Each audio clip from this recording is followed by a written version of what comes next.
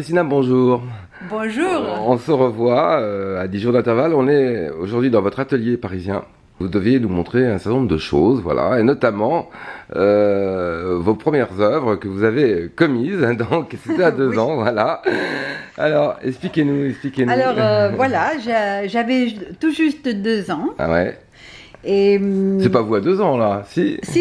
Et Ah, ces d'accord. petits livres qui est traduit en anglais et en français d'un écrivain mexicain Ouais. a été fait sur les dessins d'une petite fille. D'accord. Pas personnalisé du tout, donc c'était beaucoup mieux de faire ce que j'avais sans être personnifié. Donc c'était pas Cristina Rubalcaba, c'était une petite fille de 2 ans. Alors, les adieux, Les adieux, fait en dessin plate. faisant les emplettes, oui. Enfant en pleurs. D'accord. La sorcière. Déjà la sorcière. Déjà la sorcière, je vois que ces thèmes ont continué tout au long de ma vie, les footballistes. D'accord. J'aime beaucoup les footballs. Maintenant, je Ouais. fais une chanson aussi. La déclaration d'amour, qui est toujours présente. Oui, La course. Groupe de famille. Vers la fête. Pilar Lopez et Albaicín, qui est la littérature espagnole. Des chiens savants. Les éléphants. Mais alors, tous ces dessins avaient été conservés par vos parents? C'est-à-dire que tous ces dessins sont venus Oui. des lectures qu'on me faisait entre 2 et 4 ans. Parce D'accord. que j'étais Le un peu fantôme. turbulente et puis il n'y avait pas l'école maternelle, donc on la chute. La chute. On me racontait des histoires, des gitans, la danse gitane, et puis ensuite on me disait, maintenant tu te mets à dessiner ce qu'on vient de te lire. Et c'est grâce à ça, et je remercierai éternellement mon père et ma mère de m'avoir mis à dessiner et à chanter lorsque j'avais justement les frayeurs. Ouais. Les boulangers arrivent, donc les mêmes thèmes, je trouve, que sont présents dans mes œuvres aujourd'hui.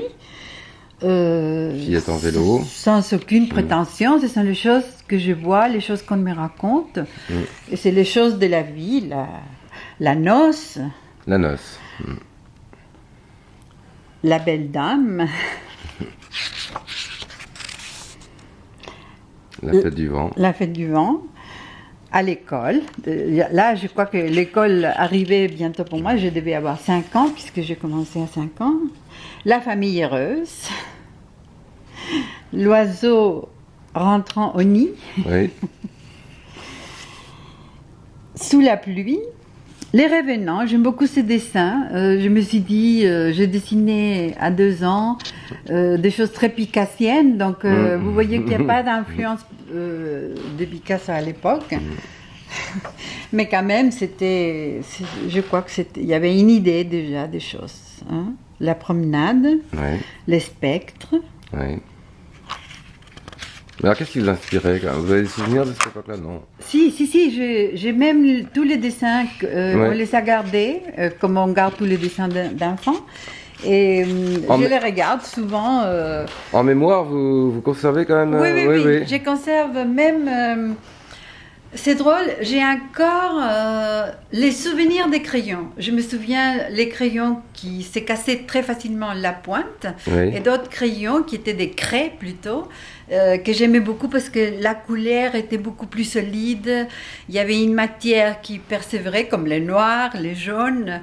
Et d'ailleurs, je vois que ce sont les couleurs que j'utilise maintenant, que j'aime beaucoup. Soit dans les aquarelles, soit dans les tableaux où les fusains et la couleur noire est toujours présente. Donc je pense qu'on garde tout ça. Vos commentaires? Alors ça c'est un tableau que je viens de faire, que j'ai fait très souvent. C'est la lune de miel, j'adore le thème de la lune de miel. Et je vois qu'il y a toujours les couples, comme il y avait les couples... Quand j'étais toute petite, il y avait toujours mes parents ou les couples des amoureux. C'était toujours Mais qu'est-ce qui vous inspire dans la lune de miel? C'est Mais j'adore l'idée d'abord du fleur bleue? ciel. Non. Non. Côté sentimental, côté oui, j'aime jour de bien. fête, non, je sais pas. Jour de fête peut-être. Jour d'amour, c'est l'amour. J'adore les thèmes romantiques. Oui. Et j'ai reviens souvent sur le couple, comme vous pouvez voir ici, par exemple, un bolero, Oui. qui est Bésame mucho, qui est un thème que j'ai fait aussi bien à l'huile, comme je l'ai fait sur les céramiques que vous pouvez voir. Qu'on va voir après, oui. Alors les chiens en bas, pourquoi? Parce qu'au Mexique, il y a toujours beaucoup de chiens. Oui. Il n'y a pas de contrôle de natalité chez les chiens. Et vous verrez que dans tous mes tableaux, il y a toujours des chiens parce que c'était un animal qui était très présent dans mon enfance. Il y a toujours quelqu'un qui me disait attention avec les chiens, attention avec les chiens. Je vais dire les chiens qui sont dans la rue. Donc il fallait toujours faire attention aux chiens parce que souvent ils avaient de la rage ou ils n'étaient pas vaccinés. Donc c'est quelque chose qui est resté. Et aussi ils ont beaucoup de personnalité, les chiens mexicains. C'est pas comme les chiens français qui sont toujours très toilettés.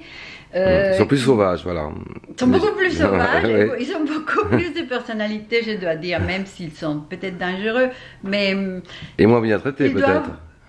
Pardon ? Moins bien traités peut-être aussi.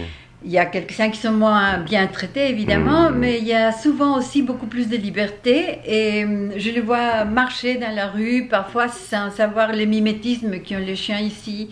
En France, souvent, qui se ressemblent à leur propriétaire. Souvent, c'est sympathique, Oui. mais souvent, pour moi, c'est trop parfois.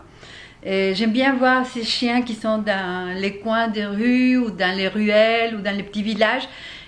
Parfois misérables, parfois souffrants, mais parfois aussi très contents et très heureux d'être en pleine libre, liberté. voilà, ouais. Voilà. Et ça, j'apprécie beaucoup. Donc, les chiens seront toujours présents. Ah, vous vouliez me montrer sous la toile des photos? Ben, c'est des photos de... Ouais. Ça, c'est mon père et ma mère. Ah, vous parlez Et moi. très souvent de votre père. Hein. Vous êtes- Oui, parce que mon Ouais. père, qui était photographe et poète, nous a beaucoup influencés pour prendre ces chemins du dessin, de la littérature. D'ailleurs, j'ai une fille qui est traductrice. Donc, on a suivi ce dont on nous a élevés, c'est clair.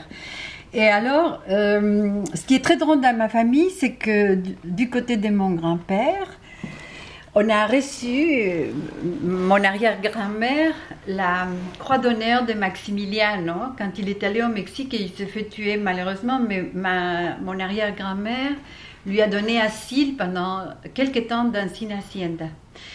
Et à la génération suivante, mon grand-père a fait la bataille de Puebla contre les Français et ils ont gagné. Donc, une génération, tout a basculé. Les changements de parti, les insurgentes contre les fédéraux. Et voilà, j'ai cette histoire dans la famille qui est intéressante. Et je viens d'hériter en plus 2 pièces de Pancho Villa qui a laissé un oncle dans l'état de Toluca. Donc une Colt 45 et un Winchester que Pancho Villa a laissé. Ça m'a fait tellement une impression forte que dès là, je suis partie pour faire la fresque de la Révolution, Oui. pour les bicentenaires, et les centenaires de la Révolution et les bicentenaires de l'indépendance. Et là, je viens de terminer ce tableau que je vais vous montrer, Oui. qui est Pancho Villa et Adelita, justement, et qui part au Mexique. Alors, vous pouvez nous la commenter, cette toile? Alors, cette toile est censée être Pancho Villa, toujours... Il n'y a pas de chien là, hein? Non, il n'y a pas de chien. Non. Je crois qu'il était à côté. Oui. Mais il y a toujours la Vierge de Guadalupe, Oui. à droite, qui est la patronne de tous les Mexicains, qu'ils soient des gens gentils, pas gentils, des pêcheurs, des gens très catholiques et tout, tous des politiciens, des taxistes, des électricistes, enfin, tout le monde adore la Vierge de Guadalupe. Alors, bon, elle figure dans ces tableaux. Et ces tableaux, c'est pour une association au bénéfice des enfants, Oui. puisqu'il y en a beaucoup au Mexique qui n'ont pas les ressources nécessaires. Et j'aime bien participer aussi un peu pour la fin pour subir à la fin et aux besoins des enfants mexicains.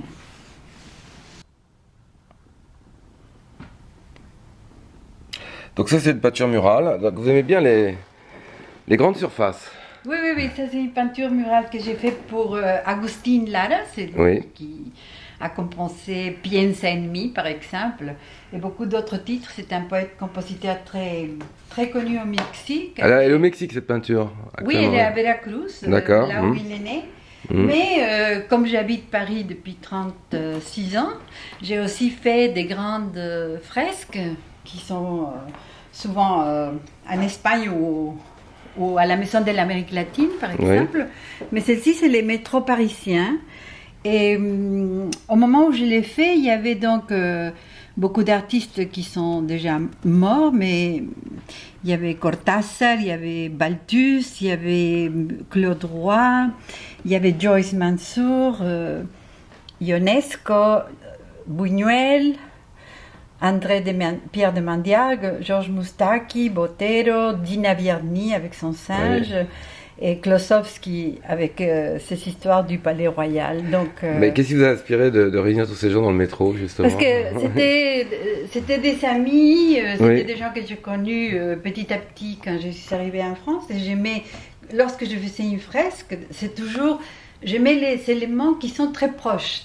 Donc si quelqu'un téléphone, je les mets sur la peinture murale, je les trouve toujours une place. Et j'aime bien comme ça ces mélanges de choses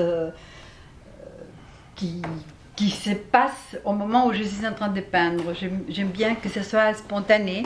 Oui. Et dès là, je passe aux petits formats qui sont beaucoup plus légers, beaucoup plus faciles. Et puis les formats, peut-être que c'est la même chose pour moi de faire un petit dessin qu'une grande fresque. C'est la même composition, les soucis de composition. Ah, je vois toujours le chien, hein. Il y a encore un chien. Oui, il y a toujours le chien. Alors, vous pouvez expliquer cette Mais là, ce sont des danses mexicaines au Mexique. Il y a toujours la musique, la danse, la joie. Oui. Malgré les peines et malgré la souffrance, on les échange toujours avec un côté des musiques et un rythme. On chante aussi la douleur. Tout s'échante. Donc, à force de tout chanter, tout devient un pays qui est très gai. Oui. Et quand je termine une fresque, je vais tout de suite à l'aquarelle, qui est une technique que j'aime beaucoup. Alors, pourquoi ce cactus ? Parce que c'est mexicain et parce qu'il y avait un petit oiseau aussi qui est venu chanter au moment où j'étais en train de faire l'aquarelle. Et donc, j'aime bien mélanger les éléments qui sont réels aux éléments que j'imagine. Et toutes les aquarelles sont pour moi, c'est comme une fenêtre pour me reposer des grandes surfaces.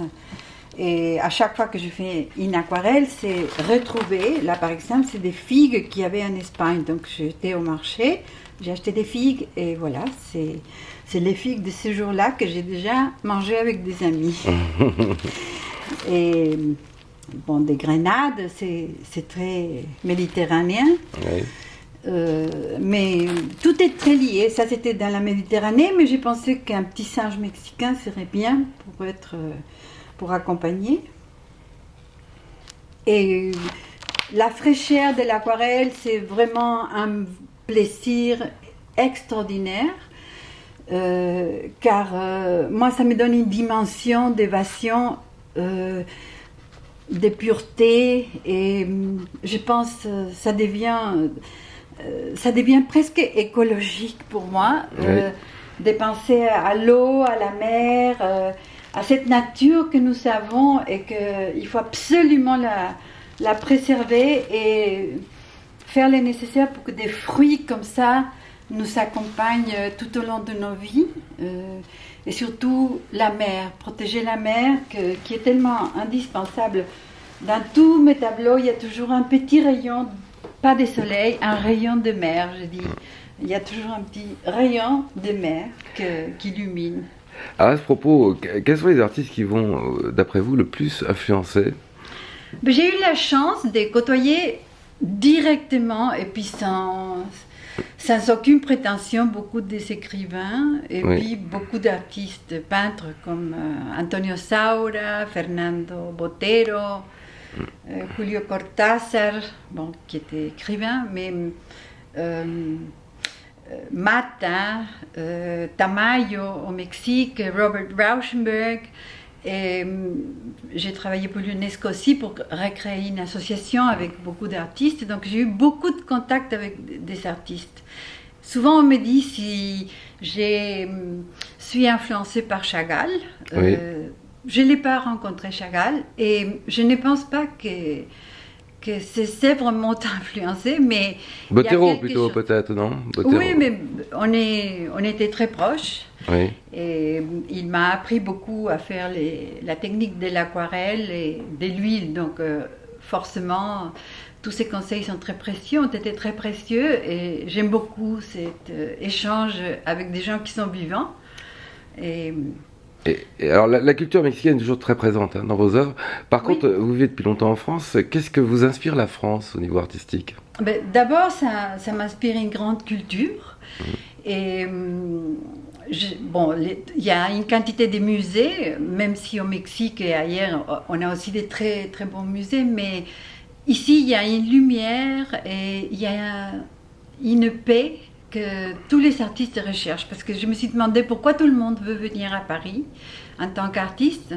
Ils veulent tous venir à Paris, mais c'est parce que ici on trouve quelque chose, un sentiment qu'il n'y a nulle part ailleurs, des libertés. Et de sérénité peut-être, oui. C'est des calmes, des respects.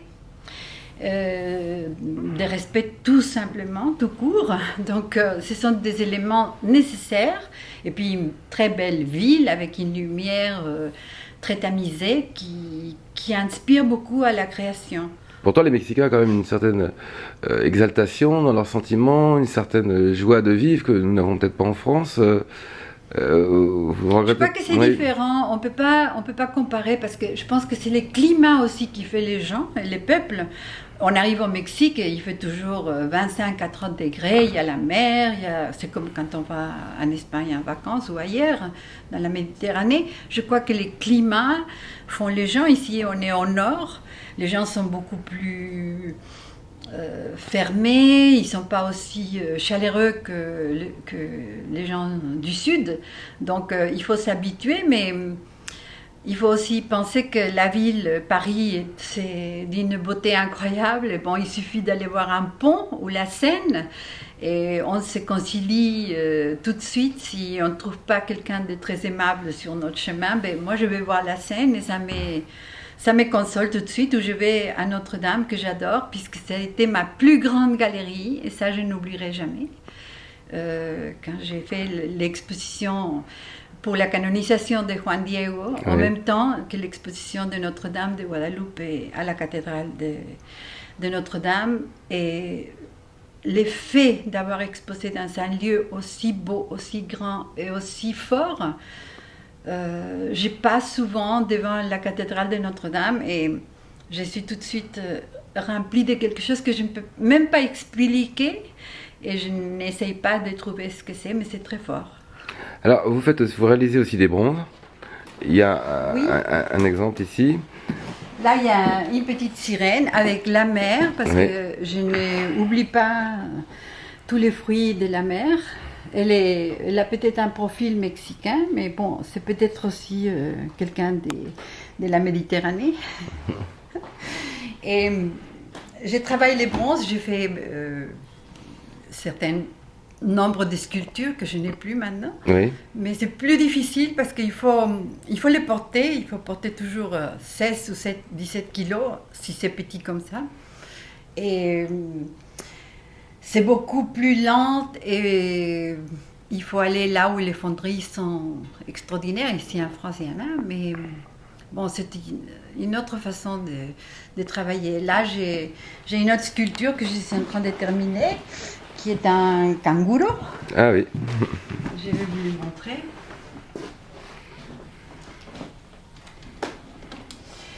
Ça, c'est un kangourou qui porte dans son ventre et sur son dos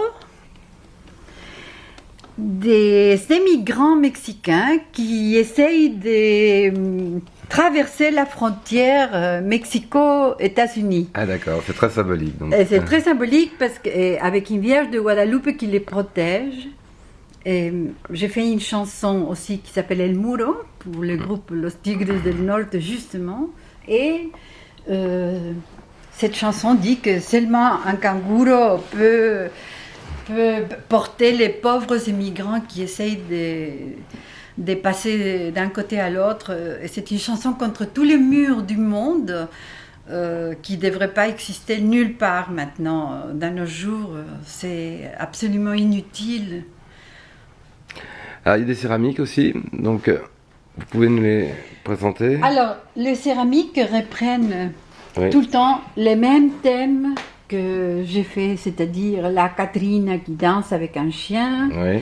les thèmes des boléros romantiques, les couples, la mer, toujours avec tous les poissons et tous les fruits de mer, si on peut dire, Oui. et les fruits, la lune, les animaux des Mexicains, enfin les crocodiles, les sirènes, les rêves, le romanticisme toujours présent, et surtout la mer. Je pense que on devrait penser beaucoup à la mer parce que elle nous donne tellement que il faut pas l'oublier. Donc j'essaye toujours, automatiquement ça revient chez moi l'effet des choses très naturelles et très simples. Je vais pas intellectualiser du tout mon travail. Ce sont des choses que je vois et que je crée. Ah, et cette toile, vous n'avez pas commenté tout à l'heure, qui est derrière. Cette toile, Oui.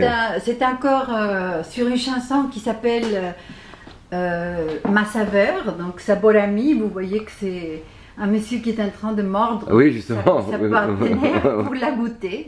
Goûte-moi, ça s'appelle. Oui. À mon goût. Et j'adore ce boléro. Il y a ces enfants là, oui, qui sont. Oui, parce qu'au Vraiment. Mexique, si vous allez dans un salon de danse ou, je veux dire, un salon de danse populaire, tout le monde danse. Enfin, c'est comme on est très famille. Quand la famille sort, amène les enfants avec eux. Et si on va dans un salon de danse, les parents dansent, les oncles dansent, les enfants dansent. Il y a un petit ange. Là où, oui. L'ange est toujours là, puisque Ouais. tout le monde est catholique, donc il y a toujours l'ange qui est présent, mais il y a toujours aussi les démons qui se promènent, puisque Alors cette le femme mal et le justement, bien. alors cette femme qui est Mais un peu dénudée. cette femme, elle est là aussi parce que elle a le droit de danser, dénudée ou pas. Je crois que tout le monde dans ce monde. Il y a une revendication à, Non, à plus de liberté, alors peut-être c'est ça, non? non, je pense que chacun a sa place dans ce monde. Il faut donner un espace à chacun. Un petit mot de la part de Moustaki qui vous est adressé, mais c'est une véritable déclaration d'amour. Ah ben, on a une amitié amoureuse. J'aime beaucoup ses chansons. Oui, alors J'adore toujours travailler en musique, comme vous pouvez Oui. entendre. alors j'aime son talent, sa vitalité, son art de vie, son humour, sa disponibilité, son atelier dans le 5e, sa fidélité, son esprit d'aventure, sa modestie, sa tendresse, sa sensualité, sa sensibilité, et je m'arrêterai là, donc c'est déjà beaucoup. Voilà, donc vous aviez fait quelques dessins. Oui, on a fait ces livres, 36 dessins des chansons de Moustaki. Oui, Et j'étais très contente parce que c'est un artiste vivant.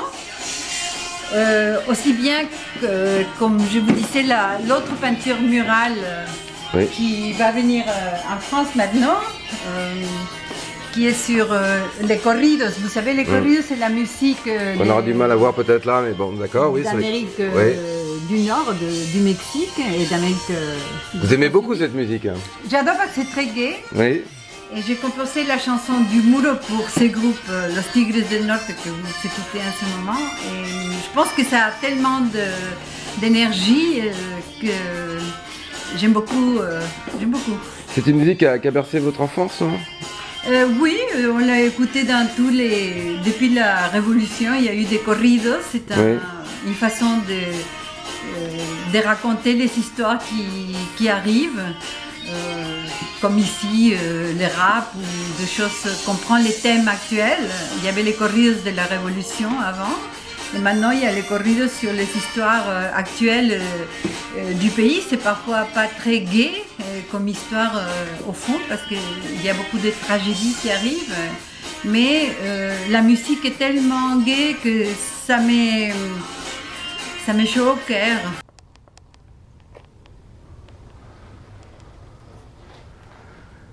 Donc vous avez dans vos mains un livre de portraits d'enfants. Voilà, j'ai fait toujours aussi des portraits d'enfants et des familles. Depuis toujours, j'ai toujours portraité des familles. Ça, c'est par exemple une famille de 34 personnes qui voulaient un tableau de leur hacienda, les maïs, les magueyes, les tequila, enfin toutes les choses auxquelles la musique qu'ils sont. D'accord. Voilà. Et de là, je passe de toute façon au portrait d'enfant. Et la condition, c'est que chaque enfant raconte son histoire. Je ne veux pas peindre les enfants selon. Là, par exemple, c'est une petite fille qui a voulu s'habiller en espagnol avec beaucoup d'œillets. Et là, c'est un petit garçon qui m'a dit « Je vais avec des cerises et des petits singes ». Donc, chaque enfant choisit exactement comment il souhaite d'être peint. Et ça, j'aime beaucoup parce que c'est pas mon imagination, c'est l'imagination des familles et des enfants que je peux portraiter. Et c'est très intéressant de voir ce que les gens peuvent sortir de leur intérieur. Et évidemment, c'est aussi, par exemple, la fresque que j'ai faite sur la Vierge de Guadalupe, c'est la plus grande fresque que j'ai faite. Ces dimensions, c'est quoi? C'est 36 mètres carrés. Ah ouais. Et c'est les plus grands tableaux que j'ai faits. Parce qu'elle constitue l'exposition itinérante dans les cathédrales européennes. Oui. Et donc, vous avez fallu beaucoup de temps pour réaliser cette toile? Oui, c'était 1 an et demi. Ah oui. Et elle avait été exposée à Paris à la paroisse de Saint-Sulpice. Et maintenant, elle est au musée d'art sacré à la Basilica de Guadalupe au Mexique. Et maintenant, j'aimerais beaucoup continuer à exposer en Europe. L'exposition est à Budapest maintenant, mais peut-être qu'on va pouvoir la montrer à Chartres. Oui, il y a un projet, donc on l'annonce. Oui, j'aimerais beaucoup parce que j'ai fait 3 fois le pèlerinage quand j'étais étudiante à Paris, à Chartres. Donc je trouve que ça serait comme un cercle qui va se fermer du pèlerinage au pèlerinage artistique, je trouve. Alors il y a un projet, donc on va le signaler. Il y a effectivement un projet donc d'exposition de vos œuvres à la cathédrale de Chartres. Ah, absolument. Voilà. Bon, qui n'est pas encore fixé dans les dates. Eh bien, Christina, vous remercie de vous avoir accueilli dans votre atelier. Non, merci beaucoup. J'espère que vous m'accueillerez à Chartres. Je vous dirai à très bientôt alors. Merci en tout cas. Vous.